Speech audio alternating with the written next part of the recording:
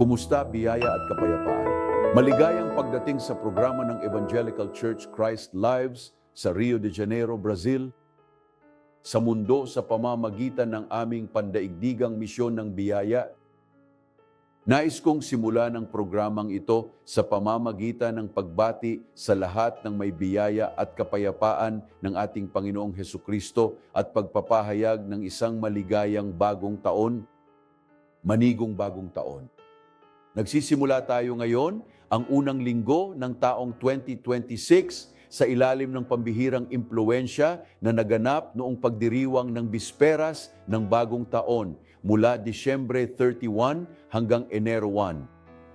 Tayo ay nasa ilalim ng isang tipan sa Diyos, sa ilalim ng isang pangitain mula sa Diyos, sa ilalim ng isang makahulang puwersa na mamamahala sa taong 2026. Ako si Apostol Miguel Angelo at nais kong pag-usapan ang ilang mahahalagang saloobin na kailangan mong taglayin upang ang taong ito ay tunay na maging dakila at kahangahangang taon ng iyong buhay.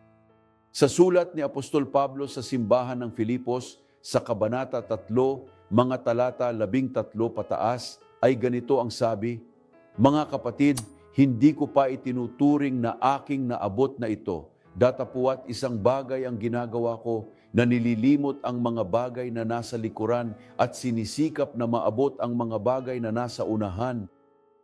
Marahil ito na ang dakilang sandali para buksan mo ang iyong puso sa Panginoong Hesukristo sa kanyang walang pagkakamali at hindi nagkakamaling salita. Nag-aalok ito ng gabay para sa lahat ng aspeto ng buhay, lalo na ngayon dahil nasa isip ang taong 2026. Kaya kung ang iyong bagong taon ay magsisimula ng eksakto kung saan natapos ang luma, hindi ito magiging maganda dahil hindi mo naman iniwan ang nakaraan. May kilala akong mga tao, sinasabi nila sa akin, Apostol, na ang bawat taon na lumilipas ay isa lamang panibagong taon kasama ang aking mga pakikibaka, kahirapan, balakid at mga laban. Ito ay isa lamang pag-uulit. Pero gusto kong sabihin sa inyo na darating ang Enero, magbabago ang kalendaryo, pero para sa maraming tao gaya ng sabi ko, magpapatuloy ang buhay gaya ng dati. Hindi dahil walang ginagawang bago ang Diyos, kundi dahil ang puso ko'y nanatili sa pagkakakulong ng kahapon. Hindi lang basta bagong buwan ang Enero. Ito ay isang paanyaya mula sa Diyos upang baguhin ang iyong buhay para sa mga bagong simula. At tingnan ang sinabi ni Apostol San Pablo sa mga taga-Filipos, 3:13 mga kapatid, hindi ko itinuturing na aking nakamit na ito, ngunit isang bagay ang aking ginagawa. Sa madaling salita, sinasabi ni Pablo na kailangang mayroong isang saloobin, kailangang gumawa ng desisyon. Hindi lang ito basta paglipat ng pahina sa kalendaryo. Sabi niya, isang bagay ginagawa ko. Sa madaling salita, ang bagong taon ay hindi nagsisimula sa isang pahina ng kalendaryo, nagsisimula ito sa isang saloobin. Inuulit ko, Pablo, hinihikayat ko ang simbahan, hinihikayat ang mga taga-Filipos, ang buhay ko, ang buhay ninyo, ang aming ministeryo, sabi niya, isang bagay ang ginagawa ko. Hindi niya sinasabing, pauulitin ko pa ang sarili ko sa susunod na taon, susubukan kong mabuhay. Hindi, sabi niya, may isa lang akong ginagawa. Sa madaling salita, ang focus para sa isang bagong taon sa mga salita ni Pablo ay nagsisimula sa paggawa ng isang bagay. Isang bagay ang ginagawa ko. Kaya ang tinutukoy niya ay isang focus, isang direksyon, isang espiritual na desisyon. Isang bagay ang ginagawa ko. May mga taong walang ginawa at walang gagawin, susunod na lang sila. Maraming tao ang pumasok sa Enero na pagod, nabibigatan at nababagabag dahil sa sobrang bigat ng kanilang dinadala. Mga bagahe mula sa mga nakaraang taon, minsan ito ay guilt, frustration, takot at hinanakit. At minamahal kong mga kapatid, imposibleng sumulong sa isang bagong taon habang nakakapit sa luma. Guni-gunihin ang isang taong sinusubukang umakyat sa hagdan, may dalang mga kahon at backpack na puno ng luma, sirang at mabibigat na bagay. Hindi naman sa kulang ang lakas, kundi sobrang bigat at hindi makagalaw ang tao. Totoo rin ito sa buhay espiritual. Bago ka makaakyat, bago ka makausad, kailangan mo munang bumitaw. Isang madaling bagay. Kaya sinumang papasok sa bagong taon na dala-dala ang lumang taon ay hindi maaaring umusad. Pagkatapos ay sinabi ni Pablo, madali lang ang paglimot sa mga bagay na nasa likuran. Sinasabi ni Paul, nakalimutan ko na ang nasa likuran ko. Ito ay isang kondisyon sine qua non, paglimot sa mga bagay na naiwan. Ang salita ay paglimot sa mga bagay na naiiwan. Kaya ang paglimot ay hindi tungkol sa pagbura ng alaala dahil ito ay isang sining. Ang pag-alam kung paano makalimot ay isang sining. May mga taong hindi nabubuhay at hindi kailanman mabubuhay. Kaligayahan, kagalingan dahil ang iyong isipan, hindi nila makakalimutan ang isang bagay na nagawa, nasabi o kinuha sa kanila noong nakaraan. May nag-akusa sa kanila, may nagsinungaling sa kanila, at ang tao ay nananatili roon, nakatali na parang isang bilanggo, hindi makakalimot. Kaya may isang taong minsang sumulat ng libro, ang sining ng paglimot, dahil ito ay isang sining. Tungkol ito sa pag-alis ng kapangyarihan ng nakaraan kaysa sa kasalukuyan. Ito ang kailangan mong gawin. Pagkatapos ay sinabi ni Pablo, isang bagay ang gagawin ko at ipapaliwanag niya kung ano iyon. Aniya, nililimot ang mga bagay na nasa likuran at pinagsisikapan ang mga bagay na nasa unahan. Kaya walang paraan para umusad sa buhay kung nakatali ka pa rin sa iyong nakaraan. Ang propetang si Isaias, sa Kabanata 43, sinasabi niya yan. Huwag ninyong alalahanin ang mga dating bagay, ni huwag ninyong isaisip ang mga bagay ng una. Huwag maalala. Kaya nga sinabi ni Pablo, isang bagay ang ginagawa ko, ang paglimot sa mga bagay na nasa likuran. Lumapit ako sa mga nasa harap ko.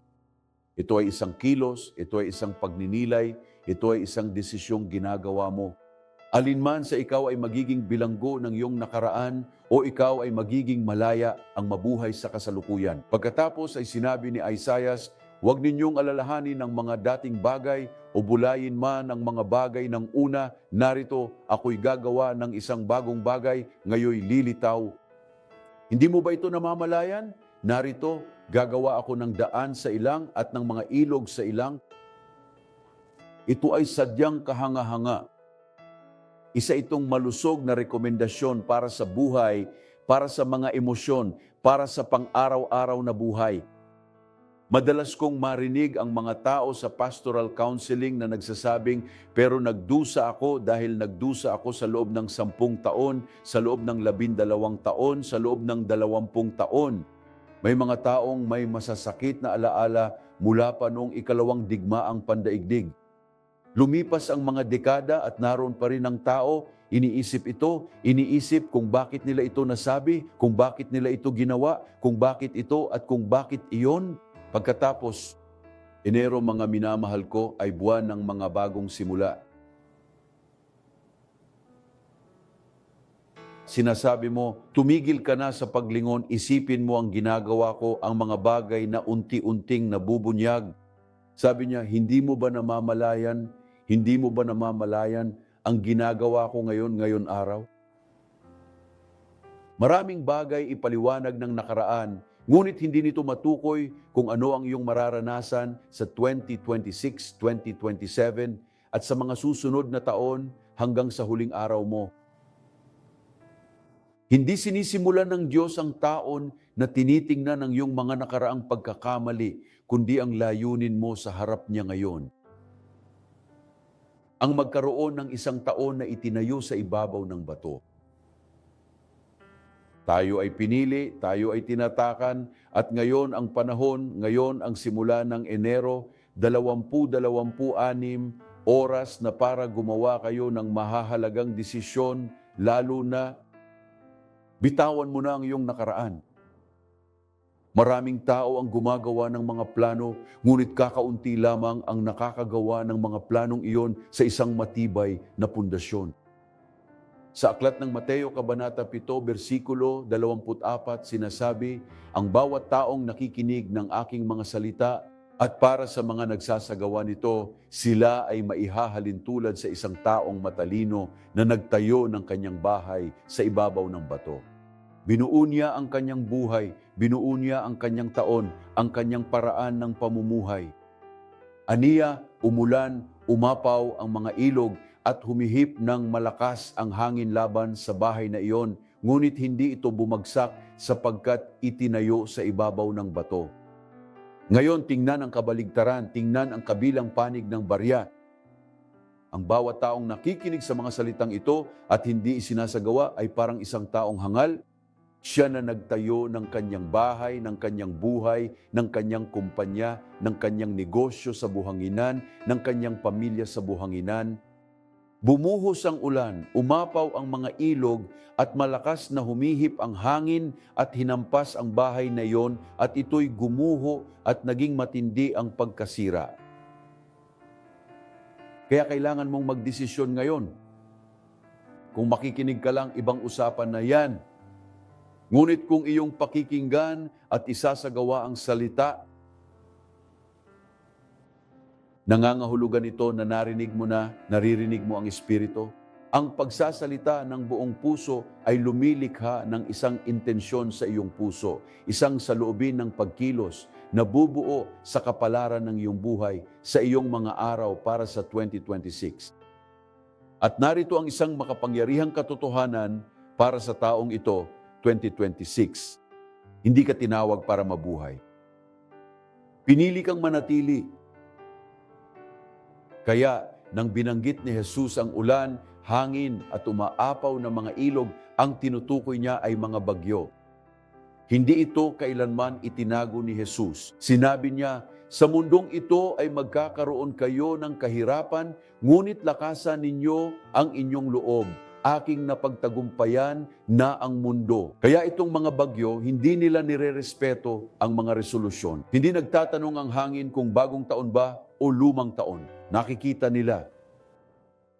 Ngunit siya na nasa ibabaw ng bato, na itinayo ang kanyang buhay, ang kanyang negosyo, ang kanyang kumpanya, ang kanyang pamilya, ang kanyang mga pakikipagsapalaran, siya na nasa ibabaw ng bato, siya na nananatili sa bato ang siyang nananatiling matatag dahil alam niya kung sino ito at kung kanino ito pagmamay-ari. Hindi mo sisimulan ang bagong taon na ito nang wala sa oras. Nagsisimula ka sa ilalim ng gabay ng isang propeta, batid na ikaw ay pinili ng Diyos upang mamuhay ng pinakamabuti sa mundong ito. Bago magsimula ang 2026, itinakda na ito ng Diyos, may layunin na ang Diyos para sa buhay mo. Bago pa man dumating ang anumang paghihirap, nakahanda na ang biyaya. Bukod pa rito, hindi ka lamang pinili, ikaw ay tinatakan. Ang ibig sabihin ng mabuklod ay ihiwalay, protektahan, kilalanin at bantayan ng Diyos. Ang tatak ay nagpapahayag pagkatapos, ang tatak ng Diyos ay nagpapahayag para sa iyo. Akin ka. Yung mga tinatakan ng Diyos ay hindi pinababayaan sa kanilang paglalakbay. Walang matuwid na tao ang pinabayaan, wala ni isang matuwid na tao ang pinabayaan. Maaaring dumating ang bagyo, ngunit hindi nito mabubura ang mga taong minarkahan ng Diyos. Kaya ang pagbuo ng taon sa ibabaw ng bato ay nangangahulugan ng malay na pamumuhay sa pagkakakilanlang iyon. Tingnan mo desisyon nito dahil sabi niya, ang bawat taong nakikinig at nagsasagawa ng aking mga salita, desisyon yan. Naniniwala ako o hindi, nagsasagawa ako o hindi. Sinasabing kung ang isang tao ay nagsasagawa nito, sila ay tinatawag na maingat. Alagaan ang iyong espiritual na buhay. Hindi siya biktima ng mga pangyayari, kundi nararamdaman niya na isa siyang minamahal na anak, pinoprotektahan at inaalalayan ng Diyos. Ang mga taong nagtatayo ng kanilang buhay sa bato na si Jesus ay sumusulong ng may kaalaman na napili na niya. Kaya Enero, aleluya, oras na para magdesisyon. Papasok ka ngayong taon na inuulit ang iyong mga lumang gawi na kadalasan ay humahantong sa parehong kabiguan at tagumpay o papasok ka ng may bagong saloobin. Balik tayo doon. Mga taga-Filipos, Kabanata 3, versikulo 13, mga kapatid, para sa akin, hindi ako humahatol kapag nakikita kong naabot na ito, ngunit isang bagay ang aking ginagawa, tandaan ninyo. Ang focus, isang bagay ang gagawin ko. Hindi ko na patuloy na ibabalik ang aking sarili sa mga bilangguan ng nakaraan. Aniya, madali lang. Limutin ang mga bagay na nasa likuran at magsikap na maabot ang mga bagay na nasa unahan. Kaya minamahal ko, hindi lamang ito isang talata sa Biblia, ito ay isang paninindigan para sa buong taon, para sa natitirang bahagi ng iyong buhay. Aniya, nililimot ang mga bagay na nasa likuran at pinagsisikapan ang mga bagay na nasa unahan. Sabi niya, progreso.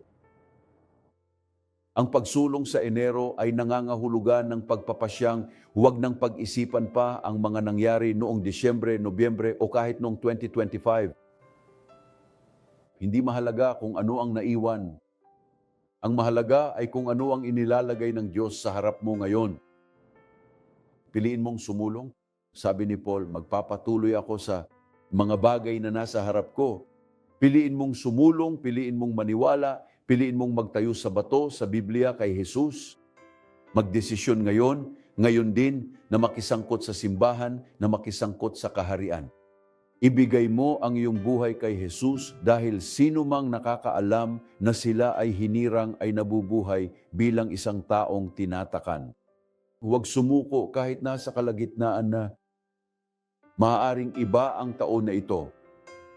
Hindi dahil magiging madali ang lahat, kundi dahil nagdesisyon kang huwag nang tumigil. Isang bagay ang ginagawa ko, nagpapatuloy ako patungo sa kung ano ang nasa harap ko. At sabi niya, ako'y magpapatuloy patungo sa layunin, ako'y magpapatuloy patungo sa layunin. Kinakalimutan ko ang nakaraan, sumusulong ako at may layunin ako at nagpapatuloy ako patungo sa aking mitiin. Isa kang may bahay, negosyante, may-ari ng negosyo. Siya ay isang profesional, siya ay isang ehekutibo, siya ay isang nakatatanda, siya ay isang kabataan. Narito ang mga rekomendasyon ng mga propeta para sa iyong buhay ngayong taon. Kalimutan mo na ang nakaraan mo. Sumulong sa taong 2026 ng may autoridad at determinasyon. Magpatuloy patungo sa target. Anong target ang itinatakda mo? Hindi ka maaaring sumuko. Hindi na muling maaalala kahit isang segundo ang kahapon o ang nakaraan. Hindi na siya babalik. Hindi mo na mababago ang nakaraan, ngunit maaari kang bumuo ng isang maliwanag na kinabukasan, isang pinagpalang kinabukasan, isang maunlad na kinabukasan. Kapag sinusunod mo ang Biblia, ikaw ay isang masigasig na tagapagpatupad ng salita. Kapag sinusunod mo ang mga turo ng salita, ikaw ay nagiging higit pa sa isang mananakop. Bumukas ang mga pinto, bumukas ang kalangitan, natatanggal ang mga kandado, dumarating ang mga oportunidad, mga bagong ideya, mga tagumpay. Meron tayong iisang Diyos na siyang ating hukom, na siyang ating tagapagtanggol, na siyang ating parakleto, na siyang ating Panginoon, na siyang ating tagapagligtas, na siyang tanging Diyos. Walang ibang Diyos na siyang dapat nating iligtas. Si Jesus ay Diyos, ang pagka-Diyos ni Kristo. Gawin mong ang buhay ko'y maitayo sa ibabaw ng bato. Narito ang bato, narito ang Diyos na nagsasalita. Hindi lahat ng alam ng Diyos ay nakasulat dito sa Biblia. Ang Biblia ay may potensyal na nilalaman dahil naglalaman ito ng mga kailangan mong malaman at isagawa upang mamuhay sa ganitong paraan. Kinalilimutan ko ang sarili ko, sumusulong, may layunin ako. Naway ang tatlong obserbasyong ito mula sa Biblia ay bumuo sa bagong lalaki, sa bagong babaeng ito, sa bagong negosyante, sa bagong profesional, sa kabataan, sa nakatatanda na nagsasabing sa kanyang sarili, ngayon ay nalilimutan ko, ngayon ay sumusulong ako, ngayon ay nagpapatuloy ako patungo sa layunin. Ang nagawa ay nagawa na. Isang bagong buhay kay Kristo, Jesus. Okay, naabot na natin ang 20 minutong marka ng programa. Nagsasalita ako mula sa Rio de Janeiro, Brazil. Naninindigan kami para sa aming pandaigdigang layunin, ang Grace Missions na nasa 74 na bansa na at nasa 24 na wika ay sumusulong patungo sa isang napakaluwalhating gawain ng espiritual na autoridad sa mga bansa, nanghuhula sa mga bansa, nanghuhula sa mundo sa mga wika at dialekto ng mga bansa mismo. Ito ay isang pambihirang biyaya. Pero kayong mga nandito sa Rio de Janeiro o kayong mga nandito sa Brazil, meron kaming mga numero para sa pakikipag-ugnayan. Meron kaming numero ng WhatsApp na agad naming sinasagot. 552-192-274-154. Naroon mismo sa inyong screen o kung kailangan ninyo ng panalangin. 21 Rio de Janeiro, 301-79090. Meron kaming mga babaeng obispo na inihanda gamit ang isang salitang tinimplahan ng asin na may mga tagubilin sa Biblia upang matulungan kayo sa pangalan ni Jesus. Nakalimutan mo, ikaw na sumusulong, ikaw na may layunin. 3 ekspresyon na magpapatibay sa iyong buhay. At dahil linggo ngayon, nais kong ipaalala sa inyo na ngayon ang hapunan ng Panginoon sa Living Christ Cathedral. Dito sa Rua Marica, 320 sa kapitbahayan ng Campiño, sa West Zone ng Rio de Janeiro, isang dakilang katedral, isang dakilang pamilyang ebangheliko, isang kahangahangang mga tao na pinasasalamatan ko sa Diyos sa pagpapahintulot. Gumawa tayo ngayon ng isang gawain na may panlahat na dimensyon, isang napakaluwalhating dimensyon. Ngayon, ang China, Korea, Bangladesh, Europa, Amerika, Afrika, Oceania, lahat ay nakikinig sa salita. Mga tao, tribo, wika at bansa sa 24 na iba't ibang wika at dialekto. Malapit na tayo sa 73 o proyekto ngayon para sa taong 2026. Kinalimutan ko na ang nangyari noong 2025. Sinusulong ko ang mga bagay na naghihintay sa akin at mayroon akong layunin bilang isang pastor upang ipalaganap ang salita sa 73 na wika sa 172 na bansa sa buong mundo. Kay laking pagpapala kung ikaw ay nasa kabilang panig at sasabihin mong, gusto kong makiisa sa lalaking ito, gusto kong makiisa sa propetang ito, gusto kong makita ang Diyos na gumagawa sa mundo hanggang sa pagbabalik ni Jesus. Nakikilahok ako sa aming ministeryo. Maraming salamat sa tawag na iyong gagawin at salamat sa binhing iyong itatanim sa pakikipagtulungan sa pagpapalaganap ng Ebanghelyo sa mundo. Sa mga tao ng simbahan ni Cristo Bio, ang aking pasasalamat. Ang aking pasasalamat sa aking pangkat sa telebisyon, sa aking mahal na anak sa pananampalataya, si Rodrigo Ambrosio, Fabiano Ambrosio, mga may-ari ng Turbo Mill, Gilimil Mesquita, isang supermarket chain. Bahagi sila ng puso ng Diyos. Sa aming ministeryo, nagbibigay sila ng suporta upang ang salita ay umunlad. Mahal nila ang Diyos, mga minamahal. Isang biyaya ang makakita ng mga taong may ganitong espiritual na katangian, na may ganitong espiritual na anyo. Magaling. Para sa aking kaibigang sina Renato Villarino at Claudia Richard at sa kanilang minamahal na pamilya, ang aming Zinzane. Lagi kong sinasabi rito, si Zinzane ay isang kumpanyang itinayo sa ibabaw ng bato. Hangin, umiihip, tumitibok, tayong lahat ay nakatayo, nagpupuri, lumuluwalhati. At natitiyak namin na ang tagumpay ay palaging ipahahayag sa pangalan ng ating Panginoon at tagapagligtas na si Hesukristo. Tingnan mo ang magandang pakiramdam na nararamdaman ko sa puso ko. Binabantayan ko ang panahon ng Pasko sa isang maluwalhating paraan, ang pagdaan ng taon. Inilabas ko ang propesya para sa 2026 na tatalakayin natin dito. ang mga serbisyo rin, at ganito ako, namumuhay sa pinakamahusay na kalooban ng Diyos na may malalim na pagmamahal para sa ating Panginoong Hesukristo, para sa iisa at tanging Diyos, para sa tunay na Diyos, para sa kataas-taasang pastol ng mga tupa, ang mataas na saserdote ng ating pagpapahayag, ang eksaktong larawan ng pagkatao ng Diyos, ang siyang sumusuporta sa lahat ng bagay sa pamamagitan ng salita, ang siyang hari, ang siyang Panginoon, ang siyang ulo ng simbahan, ang siyang dakila, kahanga-hanga, maringal, ang nag-iisa at tunay na Diyos. Gaano kita kamahal, Jesus? Ikaw lamang ang nakakaalam ng puso ko, isang pusong masigasig sa salita, sa Diyos, sa kaharian. Dahil kung sino ako ngayon ay bunga ng salitang ito ng Ebanghelyo. Ipagdiriwang ko ang ika-47 taon ng aking ministeryo ngayong Marso, sa ika-7 ng Marso. Kung ano ako, kung ano ang mayroon ako, kung saan ako nakarating, utang ko sa Diyos at kay Jesus lamang. Nagbibigay ako ng kaluwalhatian at karangalan. Salamat sa pagsisimula ng iyong paglalakbay para sa 2026 sa pamamagitan ng apostoladong ito. Hug sa lahat, manigong bagong taon. Huwag mong kalimutan, isang bagay lang ang ginagawa ko. Sumusulong ako, kinalilimutan ko ang nakaraan, may layunin ako. Naway ang mga salitang ito, naway maging konektado na sila ngayon sa iyong puso at maalala sa lahat ng oras sa iyong buhay. Biyaya at kapayapaan sa pangalan ni Jesus, Apostol Miguel Angelo.